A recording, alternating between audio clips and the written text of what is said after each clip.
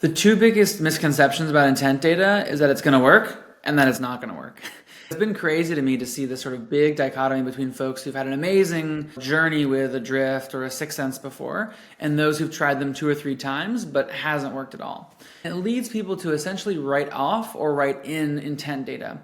But because intent data by definition is expanding to different kinds of intent that a prospect could show, and the sort of signal-based industry of go-to-market tech is taking off for the first time this year, where you're seeing dozens of signals be offered to prospects to track, sort, and warm lead score their best prospects on, it's important to both believe and not believe in intent data.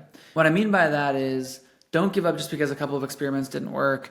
Don't think, for example, that you can't easily convert visitors to your website who haven't actually booked a meeting yet. At the same time, recognize that you really need to make sure that somebody's actually a warm lead to get them to book a meeting.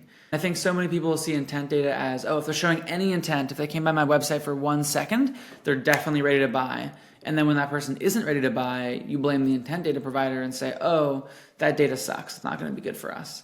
What Warmly has clued in on is these are cold leads that are now signaled. They've given a small signal of interest, but there's a big gap between signal and meeting actually held or meeting booked. And that gap encompasses an MQL.